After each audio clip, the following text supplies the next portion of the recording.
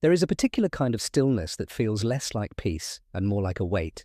It is the stillness of a ship that has stopped moving, not because the wind has died, but because the men at the oars have forgotten why they ever wanted to reach the shore. In the ancient world of the Mediterranean, where the sea was a chaotic force of divine whim, the greatest danger was often not the storm that broke the mast, but the invitation to simply stop.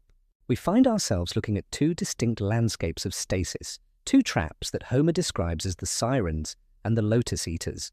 On the surface, they appear to be opposites. One promises an overwhelming fullness of knowledge, a divine perspective on every grief and every victory that has ever occurred. The other promises a total emptying, a sweet erasure of memory that turns the most jagged trauma into a smooth, featureless present. Yet, both lead to the same destination, a field of flowers where the human project comes to a quiet, permanent end. It is here that we find the central tension of the traveler. We are caught between the desire to finally know the meaning of our own story and the desire to forget that the story ever mattered at all. This contradiction sits at the heart of the journey toward what we call home.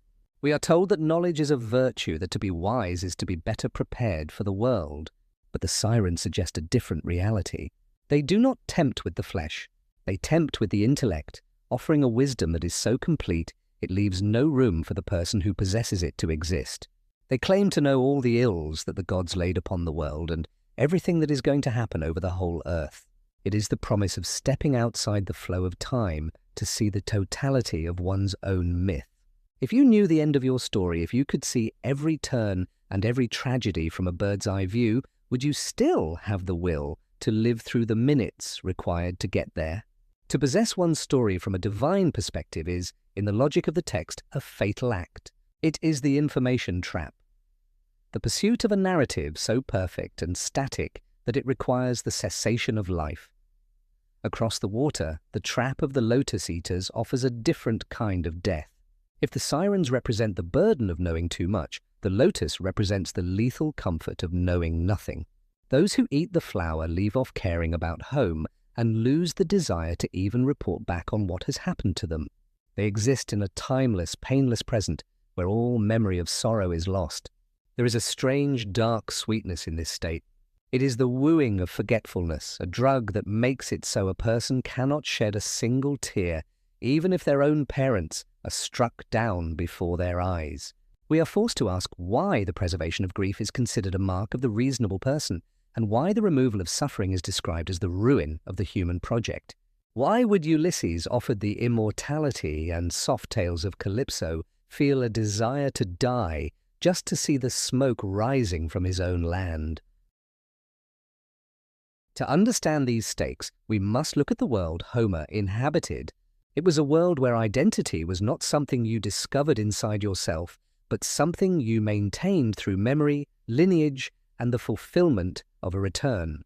To forget your home, your telos, was to lose your humanity. The Greeks called this return nostos, the root of our word nostalgia, but for them, it was not a sentimental longing. It was a survival strategy. In a world of shifting tides and mocking gods, the only thing a man truly owned was his history. The stakes of the Sirens and the Lotus were not merely about missing a boat or being late for dinner. They were about the erasure of the self.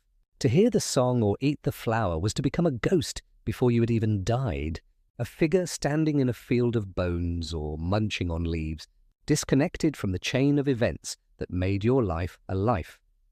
The first stage of understanding this trap requires us to see the Sirens' song as a mirror. We often imagine them as singers of beautiful melodies, but the source reveals a more devastating lure. They offer information. They offer to tell you what has happened and what will happen. This is the temptation to see yourself as a finished product, a complete book that can be read from start to finish. When we seek a divine narrative for our lives, we are often looking for a way to stop the uncertainty of moving. We want a wisdom that makes us stop, a static understanding that settles every debt and explains every scar.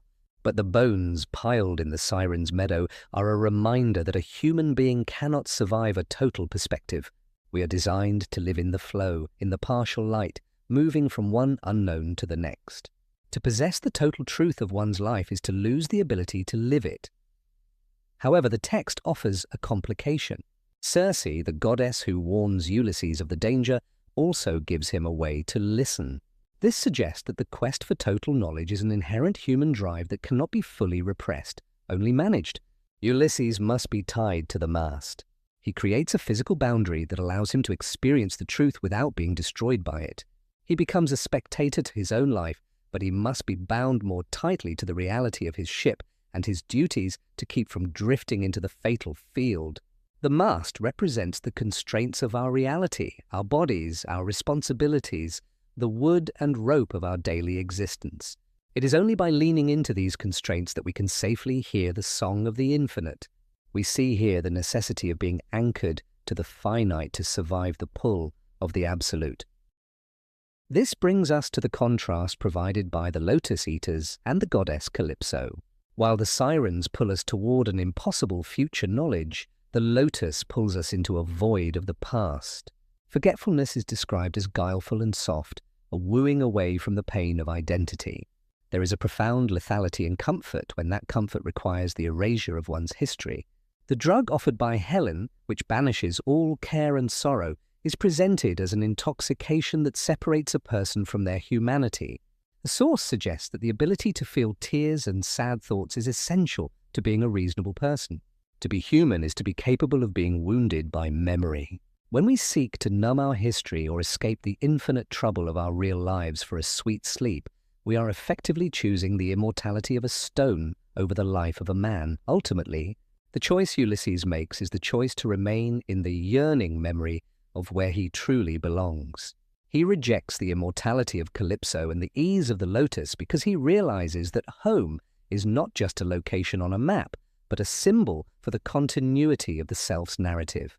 His desire to die while longing for home is more vital, more alive, than the painless existence of the flower-eaters. It is the refusal of the blandishments of ease.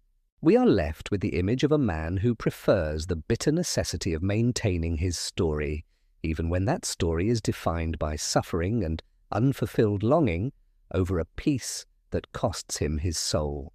The path to a meaningful life is not found in the cessation of movement or the completion of knowledge, but in the persistent, often painful memory of our own destination.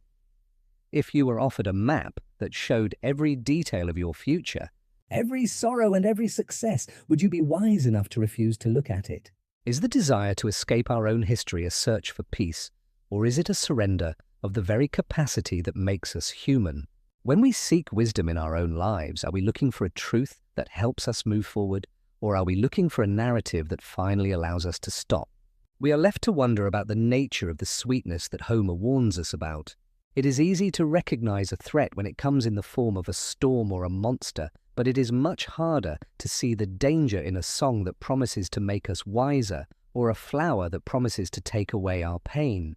The ship of Ulysses continues its journey, but the fields of the Sirens and the lands of the Lotus remain where they are, waiting. They represent a permanent possibility in the human psyche, the temptation to trade the infinite trouble of being a person for the quiet, static perfection of the end. We move through the world tied to our own masts, listening to the songs of what we might have been and what we might become, hoping that the knots hold long enough for us to see the smoke of our own land rising on the horizon.